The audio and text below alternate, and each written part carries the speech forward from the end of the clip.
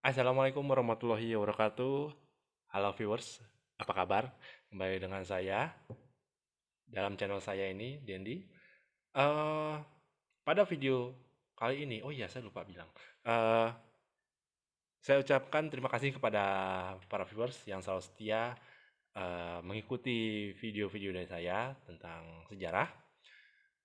Saya doakan semoga para viewers selalu dalam keadaan sehat dan tentunya kita juga berdoa semoga pandemi COVID-nya segera berakhir dan tentunya Indonesia akan selalu sehat dan bangkit menjadi suatu bangsa yang besar.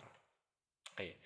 Nah, pada video kali ini, kesempatan kali ini saya akan melanjutkan pembahasan saya tentang kemunculan organisasi pergerakan nasional. Nah, pada part sebelumnya kita sudah membahas tentang latar belakang dan sampai kepada slide yang satu ini yang ada di depan layar kalian.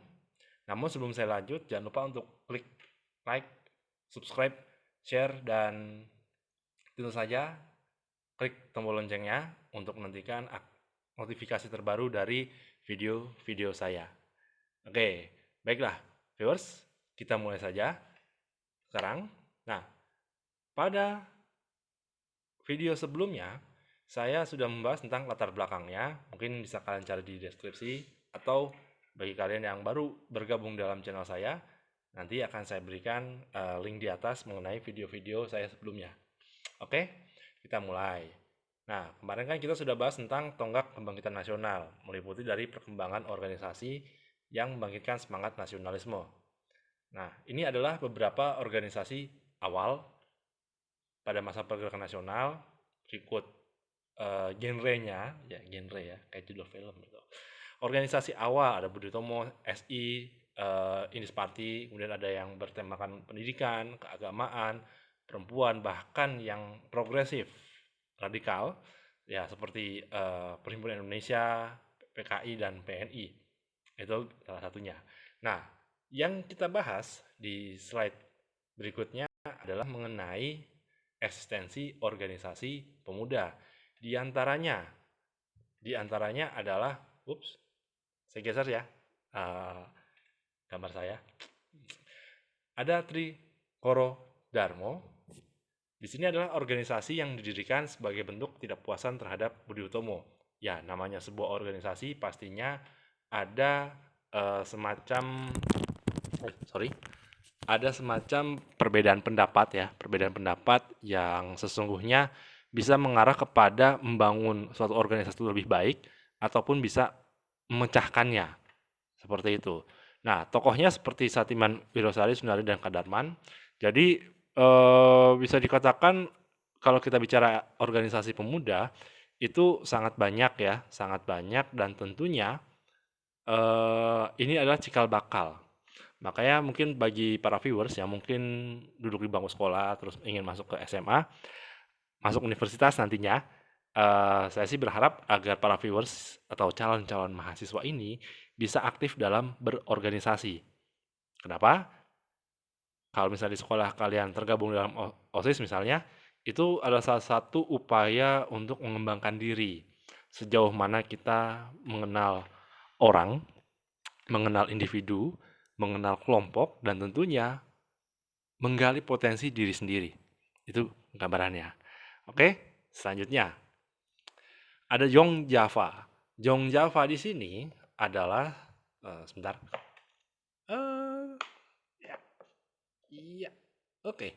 Yong Java adalah suatu perkumpulan yang dinominasi oleh orang-orang Jawa.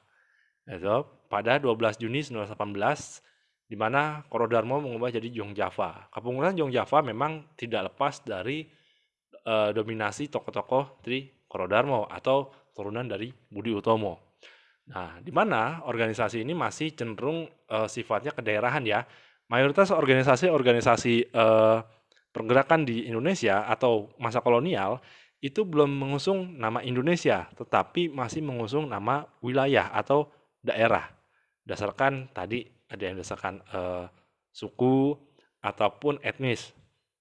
Jadi belum ada semacam konsensus yang bernama nasional. Kemudian ada Jong Sumatranen Bond atau disebutnya perkumpulan orang-orang Sumatera yang ada di Jakarta. Terkemukanya adalah seperti Hatta dan juga Muhammad Yamin. Ini adalah tokoh-tokoh terkemuka dan ada kesamaannya. Kesamaannya adalah ya emang orang Sumatera, tapi yang paling dominan di sini adalah dari orang-orang etnis orang Minang dan juga orang Sumatera Utara sekarang, salah satunya.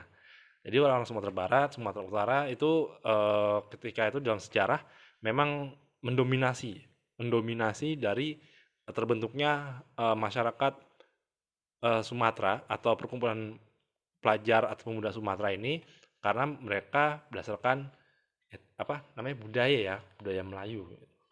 Itu gambarannya. Kemudian apalagi ada Minahasa.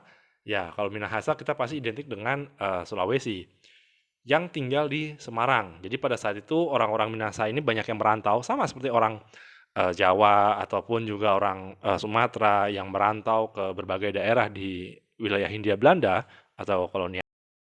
Itu karena adanya keterikatan asal daerah, makanya kalau sekarang mungkin dikenal ya seperti paguyuban kalau dalam bahasa sosiologinya ya.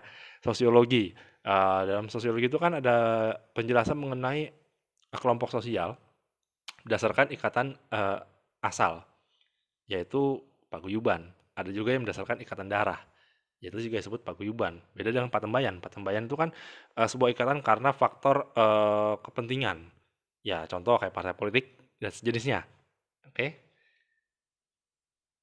Kemudian pemuda kaum Betawi didirikan oleh perkumpulan pemuda Betawi pada 19 dengan tujuan memajukan kehidupan orang-orang Betawi secara khusus dan orang Bumi Putra secara keseluruhan.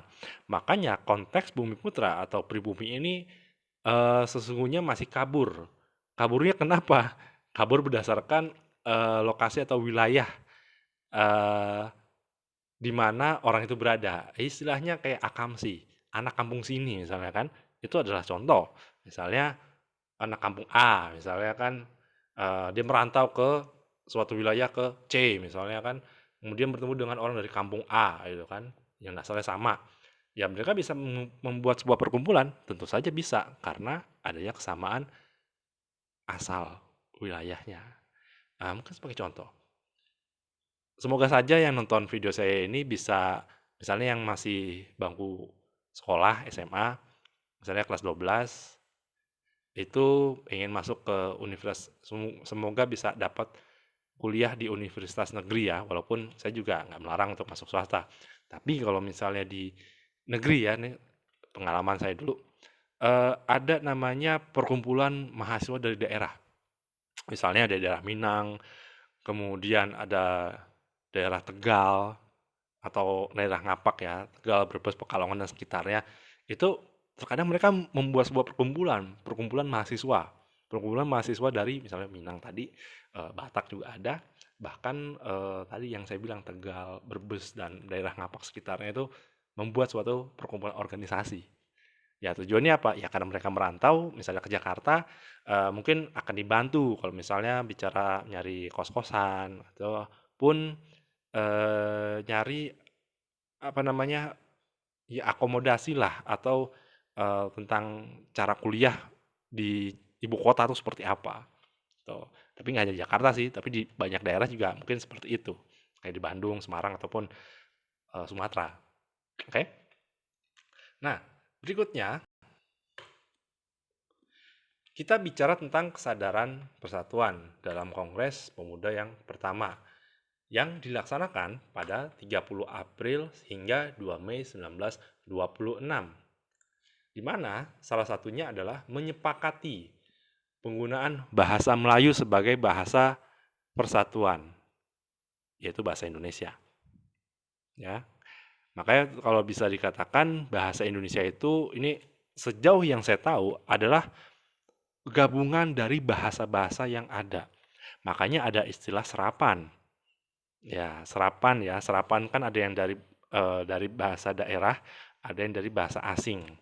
Misalnya kayak sabun, kemudian ada Porbodden, ya kan? Sein, lampu sein.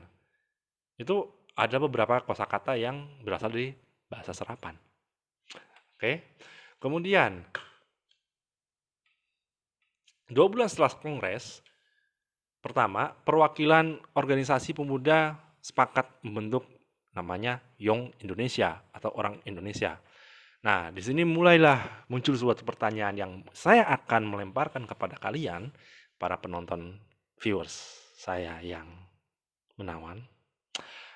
Pertanyaannya adalah, what, eh, apa sih asal usulnya? Asal usul Indonesia itu apa? Mengapa dengan Indonesia? Kenapa harus kata Indonesia? Mungkin viewers bisa mencari tahu secara mandiri tentunya mengenai asal usul Indonesia, kata Indonesia. Bukannya saya nggak mau ngasih tahu, tapi karena tujuan saya membuat video ini adalah untuk pembelajaran juga salah satunya, mungkin para viewers akan bertanya, Indonesia itu berasal dari bahasa apa? Oke, oke. Nah, selanjutnya, oh ya, saya mungkin tidak panjang lebar karena emang saya ingin membuat video ini sesingkat mungkin karena satu ya keterbatasan alat, kemudian keterbatasan ya perlengkapan lah istilahnya. Ya saya mohon dukungannya lah, ya doa dari para viewers yang setia untuk mendoakan saya agar bisa memperbaiki video saya lebih bagus lagi. Oke. Nah, selanjutnya setelah kongres yang pertama dan muncullah kongres yang kedua dan diiringi judulnya dengan Sumpah Pemuda.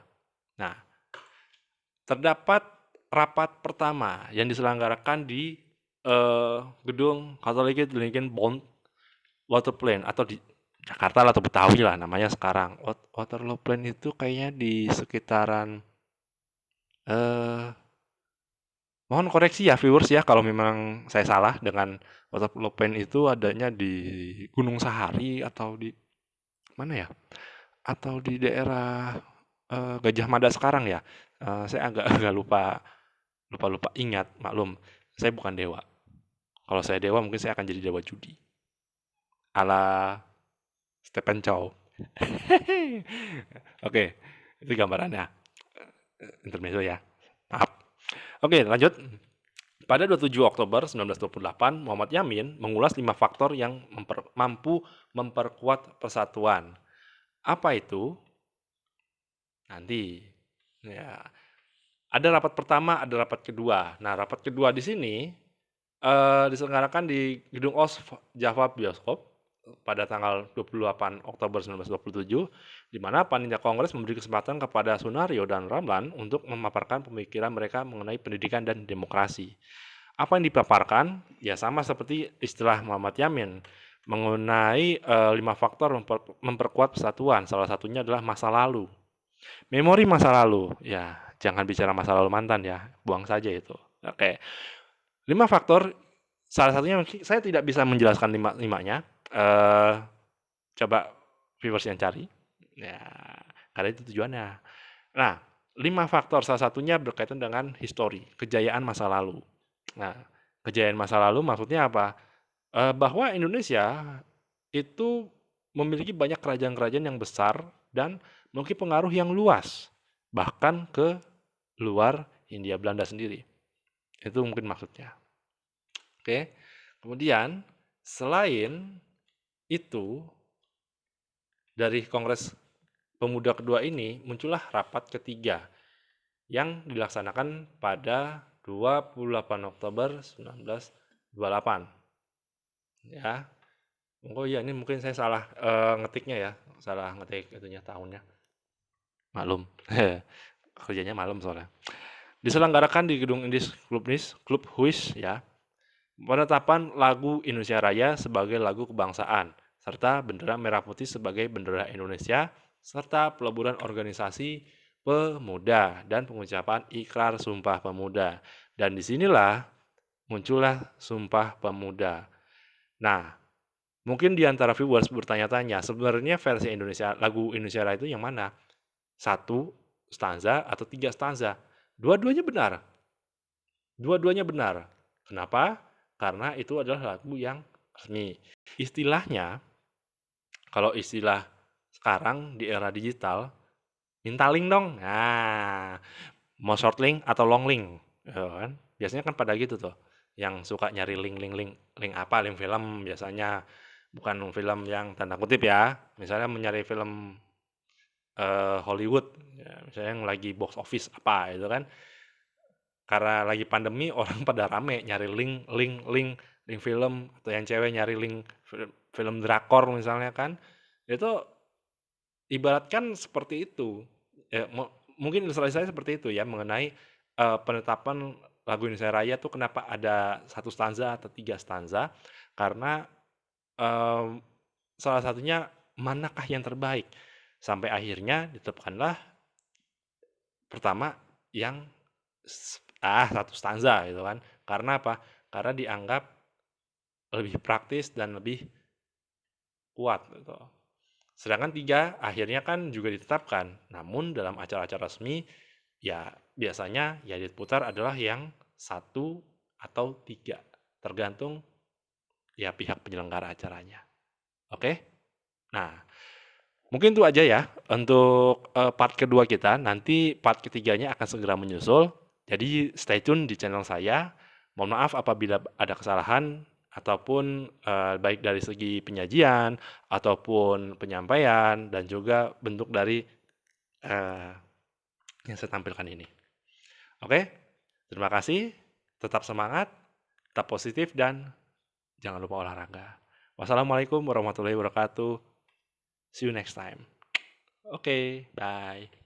Tutup dulu.